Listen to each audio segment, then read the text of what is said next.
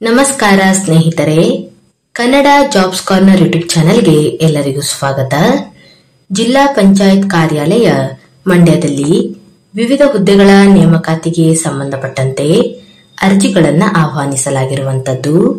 ಇನ್ನು ಯಾವ್ಯಾವ ಹುದ್ದೆಗಳಿವೆ, ಎಷ್ಟೆಷ್ಟು ಹುದ್ದೆಗಳು ಖಾಲಿ ಇರುವಂತದ್ದು, ಏಜ್ ಲಿಮಿಟ್, ಎಜುಕೇಶನಲ್ ಕ್ವಾಲಿಫಿಕೇಶನ್ ಹಾಗೂ ಸೆಲೆಕ್ಷನ್ ಪ್ರೊಸೀಜರ್ ಬಗ್ಗೆ ಈ ಒಂದು ವಿಡಿಯೋದಲ್ಲಿ ಮುಂದೆ ನೋಡ್ತಾ ಹೋಗೋಣ. ನಮ್ಮ ಚಾನೆಲ್ ಅನ್ನು ಯಾರಾದ್ರೂ ಹೊಸದಾಗಿ ನೋಡ್ತಾ ಇದ್ರೆ ಸಬ್ಸ್ಕ್ರೈಬ್ ಮಾಡಿ ಹಾಗೂ ಪಕ್ಕದಲ್ಲೇ ಇರುವಂತಹ ಬೆಲ್ ಬಟನ್ ಅನ್ನು ಕ್ಲಿಕ್ ಮಾಡಿ. ಗ್ರಾಮೀಣಾಭಿವೃದ್ಧಿ ಮತ್ತು ಪಂಚಾಯತ್ ರಾಜ್ ಇಲಾಖೆಯಿಂದ ಮಂಡ್ಯ ಜಿಲ್ಲೆಯಲ್ಲಿ ಸಹಾಯಕ ಜಿಲ್ಲಾ ಯೋಜನಾ ವ್ಯವಸ್ಥಾಪಕರ ಹುದ್ದೆಗಳಿಗೆ ಅರ್ಜಿಗಳನ್ನು ಆಹ್ವಾನಿಸಲಾಗಿರುವಂತದ್ದು.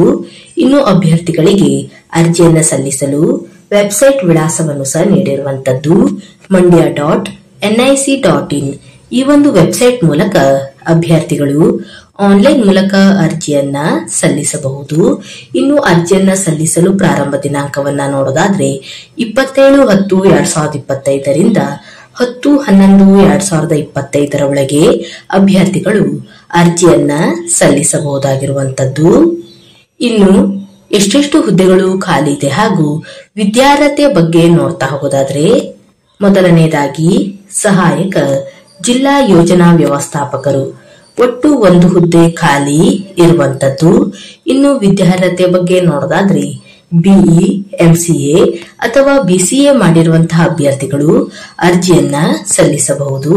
ಇನ್ನು ಅಭ್ಯರ್ಥಿಗಳು ಬಿಇಯಲ್ಲಿ ಸಿಎಸ್, ಇಎನ್ಸಿ, ಐಎಸ್ ಅಥವಾ ಎಐ ವಿಭಾಗದಲ್ಲಿ ಬಿಇಯನ್ನು ಕಂಪ್ಲೀಟ್ ಮಾಡಿರಬೇಕಾಗಿರುತ್ತದೆ.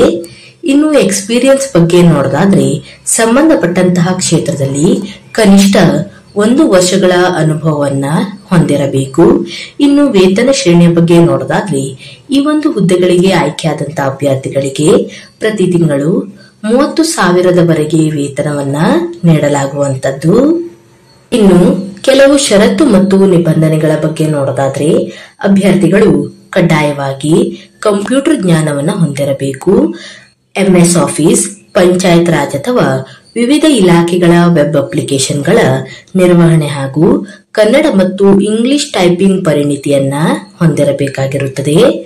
ಇನ್ನು ವಯೋಮಿತಿಯ ಬಗ್ಗೆ ನೋಡೋದಾದ್ರೆ 21 ರಿಂದ 40 ವರ್ಷದ ಒಳಗಿನ ಎಲ್ಲ ಅಭ್ಯರ್ಥಿಗಳು ಅರ್ಜಿಯನ್ನ ಸಲ್ಲಿಸಬಹುದಾಗಿರುವಂತದ್ದು. ಇನ್ನು ಆಸಕ್ತ ಮತ್ತು ಅರ್ಹ ಅಭ್ಯರ್ಥಿಗಳು ಈ ಒಂದು ಹುದ್ದೆಗಳಿಗೆ ಅರ್ಜಿಯನ್ನ ಸಲ್ಲಿಸಬಹುದು. ಇವಿಷ್ಟು ಜಿಲ್ಲಾ ಪಂಚಾಯತ್ ಕಾರ್ಯಾಲಯ ಮಂಡ್ಯದಲ್ಲಿ ಕರೆಯಲಾದಂತಹ ವಿವಿಧ ಹುದ್ದೆಗಳ ನೇಮಕಾತಿಗೆ ಸಂಬಂಧಪಟ್ಟಂತಹ ಮಾಹಿತಿಯಾಗಿರುತ್ತದೆ.